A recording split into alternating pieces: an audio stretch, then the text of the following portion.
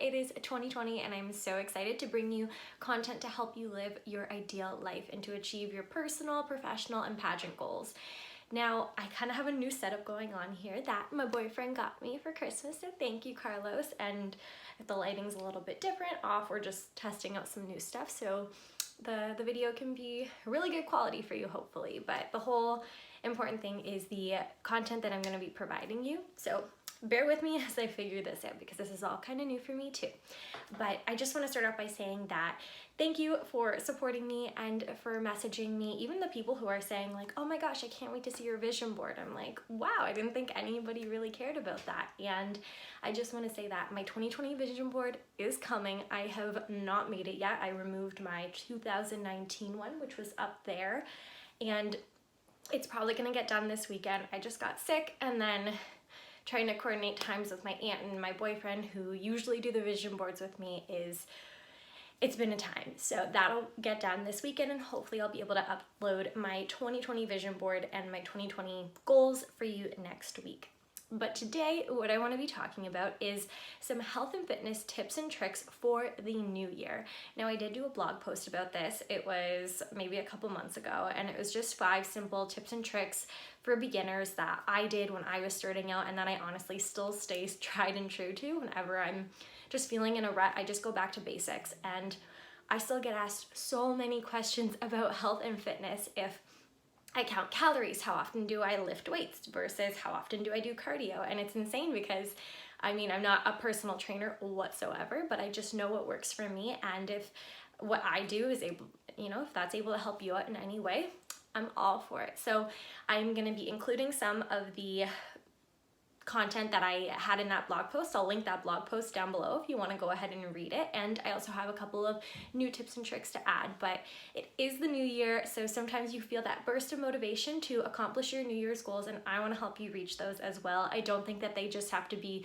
New Year's resolutions. I think that you can make it into a lifestyle to help you, like I said, achieve your ideal life. Moving on over. I'm still a little bit sick, so do not mind my voice right now. So the first thing, the number one thing that I always get asked is, do I count calories? Do I count macros? How many calories am I trying to hit a day? Do I try and eat fats or do I avoid carbs? So many questions about the way I eat, and it's probably just because I post my food and people get curious and they want to know, and I got no problem telling you what I do. I use an app called LifeSum, and 90% of the time I am tracking my food.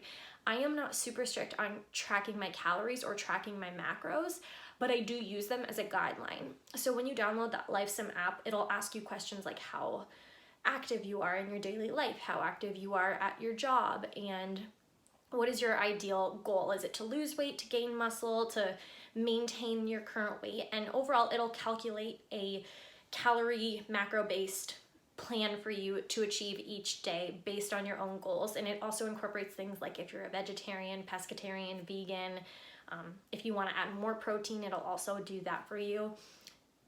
There's so many things that you can do online. I think it gets kind of confusing after a while, so I just stick with the LifeSum app. And I don't like to track calories, but I like to track the food I eat because I know if I'm not tracking my calories, I'm going and I'm eating everything, and I'm most likely overeating and binging, like no joke, every day, just because you would think that after a couple years of this that I would get a grip on not eating everything in sight, but that is so not true. So do I count calories? Technically, yes. I would say I probably hit like 1,500 to 1,800 calories, depending on if I work out. If I work out, I try to eat an extra snack of some sort of protein shake, just to replenish those nutrients that I burned off during that workout. And I typically eat a pretty healthy diet as well, so it's not like 1,500 calories of processed fast food, because that could get there really quickly. It's usually a lot of raw fruits and vegetables, and that you have to eat a lot in order to get to like 1,800 calories. So that's just personally what I do. Sometimes it's more than that, sometimes it's less. It's just kind of dependent on how I feel and what I do. But the first thing to do is I recommend downloading an app to help track your food like LifeSum or MyFitnessPal, and just being more mindful about the foods that you eat. And if you want another really good guide to follow, is honestly Canada's Food Guide. It's not picture perfect, but the whole point is that you're supposed to be eating more fruits and vegetables, a side of protein, and then a side of carbs and fats. So just, it's about balance in all elements, and drinking water as your drink of choice as often as you can. If you're gonna have coffee, teas, try to limit the amount of sugar and cream that you put in it if you can. It's just about making small changes and being more mindful, but that's typically what I try and follow, is just a healthy lifestyle and diet. And of course, when I'm training for pageants, for the fitness aspect of it, I do change up the way I eat a little bit. But for right now, we're just sticking with beginner tips and tricks. The next one, I just have a little cheat sheet here, is cardio versus weightlifting. How often do I do each one of them? And I'm honestly really inconsistent with my workouts. Like, I'm consistently inconsistent because for, I would say, the last 3 years, but more so the last year and a half, I've really gotten to know what I enjoy doing and how I enjoy working out, what moves work best for the muscles in my body. And I typically change it up every now and then, but I don't stick to like a plan. I do this every week. I do back and biceps on this day. Like, honestly, sometimes it's just what I feel, but I would say that I lift weights probably like 3 or 4 times a week, and it's usually broken up into like a back and bicep day, which I did today, like a tricep and shoulders. I really don't train chest that much. If I do, it would be on that shoulder day, but I just kind of got over it. Like, as girls, it's kind of hard to see a big difference, which some people might disagree, but I just don't train chest that much. And then I do usually separate my leg day, because your legs are big muscles and you got a lot of areas to target. So I'll usually do like a booty day with calves, and then I'll do like a thigh, quad, hamstring day. It just honestly just depends. Sometimes I'll do hamstrings on the same day that I do my glutes. It really just does depend. And then usually I'll mix it up at the end of those workouts. So if that's my workout for the day, I'll add abs on 2 of the days, or I'll add cardio on 2 of the days. I don't do abs every day. I don't do cardio every day. Sometimes I'll go a whole week and I'll just do cardio. Really, it's like I said, I don't have a plan I follow. It's just kind of what I feel that day. But for the most part, 4 days of weightlifting, and then I'll add a cardio on that, and then probably an extra day of cardio. So that'll go up to like 5 days a week. And then if I want to work out more, which I usually choose to do just because I like to stay active, and if you got time, why not? I'll do a yoga class or a workout class. Or I'll do things like a home workout or a run outside, different things like that. But for the most part, it's 4 days of weightlifting, but it's not always just 4 days in 1 week. Sometimes it's like a week and a half that I go through and get all of those 4 workouts done, and sometimes it's more, sometimes it's less. Yeah, that's probably not helpful, but that's just what I choose to do. So if you're somebody who is just starting out, I would say try new things. If you have a gym membership, that's fantastic. Go to classes and ask the trainers questions and take the workouts that they give you there, and then do them on your own. See what works, see what you like and what you don't like. If you feel a burn the next day, you can probably guarantee that it's working for you. So again, just a basic thing of what I do. And if you want to, break your workouts up like that, that's fantastic. Maybe you can't get to the gym, 4 or 5 days a week, and that's okay. You can couple workouts on specific days and do what works for you. That's the most important thing, but that's just what works for me for right now. And like I said, it's quite inconsistent, but it's been okay for the last year and a half. So maybe one day it'll get more consistent. Maybe this year, I don't know. And then the next question that I get, oh my gosh, is the time that I wake up to work out. So I really don't think that this is always so relevant. People are gonna have different jobs, different lifestyles. Some people like working out in the morning, at night, during the day. Typically, if my workout can be the first thing I do in the morning, like my ideal day would be 6 a.m. every day going to the gym. That is my ideal workout day. Sometimes that does not happen, and it's definitely gotten away from me. The last month of December just did not happen that way.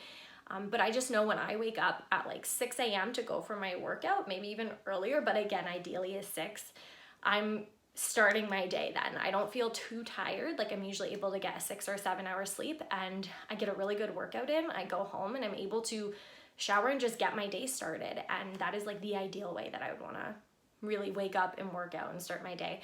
But you know what? Sometimes if my body needs sleep and it's 9 o'clock and I go work out, then I wake up at 9 o'clock and I go work out. It's just, for me, I do it right in the morning, get it done and over with, because chances are I won't want to do as an intensive a workout or it's so easy to slack off when you don't get it done right away. Another one of my tips that I mention in my blog post is the 2-day rule. And this is something I learned from a YouTube creator, Matt Diavella. He talks about how you never take 2 days off in a row. So you can take as many 1-day offs if you want to workout day off, workout day off, workout day off. You can do that for as long as your heart is content, but do not take 2 days off, because that is when your body, you just get a little bit more tired, get a little bit more complacent, and maybe make a little bit more excuses, and 2 days becomes 3 days, 3 days becomes 4 days, and it's just a little bit harder to get back to working out. And maybe if you're somebody who has issues with going and then stopping and going, it's just a great rule to make to yourself to say, okay, I'm gonna go at least every other day to the gym and not take more than 2 days off. So the 2-day rule. Another one of the tips that I like to teach people when they ask me, what do? I want to start working out. Again, I'm not a personal trainer, and that's such like a loaded question that I never know what to say.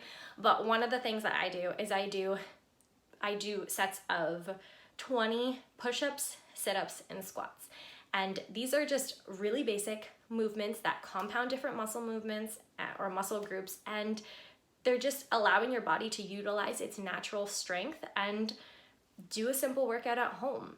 I started off about a year and a half ago, doing 20 of each. Now I can do, usually if I do a set of those, I'll do 100.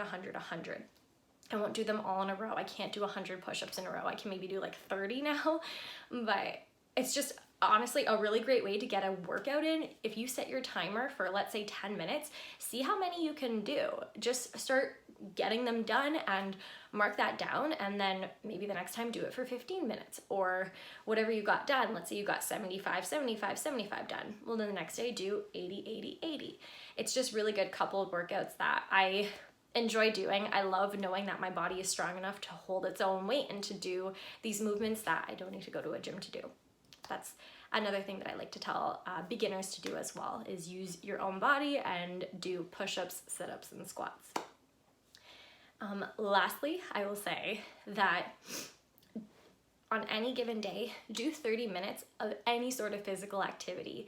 This is something I learned from nursing, and that we are told to teach patients, is that 30 minutes of exercise at least 5 times a week, because that is what is gonna keep your body maintaining a physically active lifestyle. And it can be 30 minutes of just walking, it can be cardio, yoga, swimming, whatever you want it to be. If it's 30 minutes and the timer is up, you're done, that's fine. At least you did those 30 minutes. And again, sometimes setting just a minimum amount of time for yourself to do is easier than saying, well, I wanna do hour workouts every day. If you're not feeling it, chances are you're not gonna wanna go to the gym or go do a workout for an hour. But if you say every single time, okay, I'm at least gonna do 30 minutes, chances are you're gonna do a good 30 minutes, and you might even do more because you'll feel motivated after those 30 minutes. So that is just another, again, very basic tip and trick that you can do. It's so easy to incorporate and help you achieve your goals, your ideal lifestyle, and your ideal life. I'll give you a little bonus tip and trick for you. Another question that I get asked a lot is, if I go on the scale, what is my weight? I don't get asked what my weight is, sorry, but they'll ask, if I go on the scale often, do I track my weight? I do, but I don't have like a bad relationship with the scale. So to me, it's not like a bad thing. And I don't really focus on that as much, because last year I was probably the same weight that I am now, but my body looks completely different. And so that is why I would say use photos, not the scale, because photos are gonna show you how you physically look. And if the scale's not changing, but you can see your body's changing, that's probably a better indicator of the composition that your muscles and body fat is changing in that way. So if you can, take your measurements with a measuring tape. I have a measuring tape in my drawer over here. That's usually what I do about once a month, depending on if I'm training or not for a pageant. And again, it's just a really simple thing that you can do.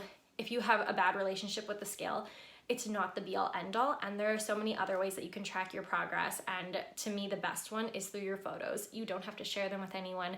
They can just be for your eyes only. But if you're not taking them, maybe you're not seeing the progress. And I think that's a really important motivator for you as well, that when you see the progress, you're like, wow, I want to keep going and I want to do more. So take photos, and do not always rely on the scale. That is all I have for you right now for some beginner tips and tricks to stay healthy in the new year and help you achieve your goals, whether it be fitness goals, personal goals, health goals, any of those things. These are just my tips and tricks that I go back to and that I enjoy teaching to people. So now if some girls or guys decide to ask me, I can indicate or tell them to come to this video. And again, I'll link that blog post down below. So then that way you can always have a different way of seeing the content that I put out for you.